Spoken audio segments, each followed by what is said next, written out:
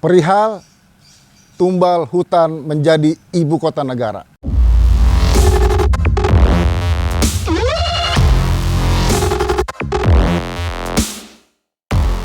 Pemirsa, ibu kota sudah pasti akan pindah karena undang-undang sudah disahkan oleh DPR dan pemerintah pun sudah mempersiapkan dengan matang perpindahan ibu kota dari Jakarta ke Kalimantan Timur.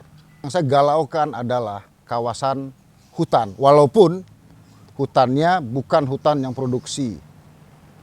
Nah, pemirsa, hutan itu adalah pemberian dari Allah.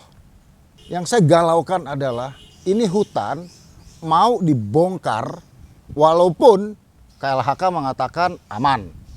Kementerian Tata Ruang mengatakan aman. Semua mengatakan aman. Saya cuma dak-dikduknya di saya. Nah, kalau Allah mengatakan nggak aman, siapa yang bisa berhentikan? Bagaimana bisa dihentikan? Apa itu?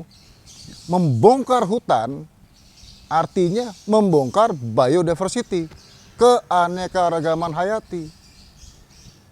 Jadi gimana ya? Kau merubah yang dimana sudah tertata begitu, tiba-tiba dibongkar menjadi sebuah kota. Kota itu kan pasti lebih banyak yang namanya infrastruktur kan. Jalan, bangunan, gedung-gedung dan segala macam. Jadi bagaimana kalau hutan itu tiba-tiba ngamuk atau alam itu tiba-tiba berontak yang mana mengakibatkan dampak yang dahsyat sekali untuk ibu kota negara ini. Saya juga khawatir sekali ibu kota ini dibangun bukan dalam jangka waktu 3-5 tahun, tapi 20 tahun. Nah, jadi kalau kita bangun 2000 sampai 2024, apa yang terjadi ntar 2045? Maksudnya, apakah gedung itu masih betul-betul akan ada? Masih bisa tanda kutip berfungsi seperti yang diharapkan?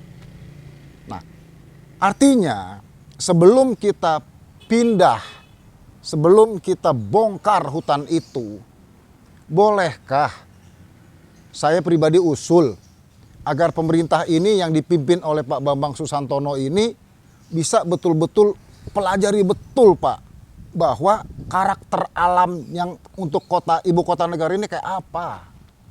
Jangan ngegampangin, Pak. Jangan hanya mendengar apa kata saintis, apa kata ahli, apa kata pakar. Belum tentu, Pak, pakar itu benar semua, belum tentu. Karena kita berhadapan dengan alam. Apalagi gosip. Nih saya minta harapan saya ini benar gosip, Pak. Kan ada yang mengatakan bahwa ibu kota itu sekarang ini syarat dengan bencana banjir. Nah, kalau itu terjadi, bagaimana? Yang katanya pindah dari Jakarta ke sana karena mau menghindari banjir. Tapi di sana banjir lagi. Mudah-mudahan ini hoax.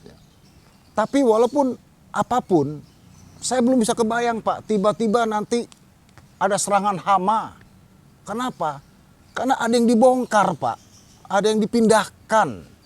Jadi kalau hama itu misalkan nyamuk kali atau mungkin cockroach, kecoa, tiba-tiba nyerang ibu kota itu, bagaimana, Pak? Bagaimana orang mau nyaman tinggal di kota itu kalau ternyata alamnya nggak nyaman? Nah, yang kedua, yang saya tahu persis di sini adalah tanah di Kalimantan itu is a wetland, tanah basah. Jadi sudah pasti mau mendirikan bangunan, biayanya pasti lebih mahal, Pak. Nah, ini kan menarik ya gitu loh. Demi maksa untuk buru-buru ke sana. Buktinya Ibu Sri Mulyani tahun 2023 akan mengusulkan ke DPR untuk menganggarkan anggaran ibu kota 27 sampai 30 triliun. Nah, itu udah mau dianggarin tuh. Untuk apa? Infrastruktur yang pertama dan membangun kementerian.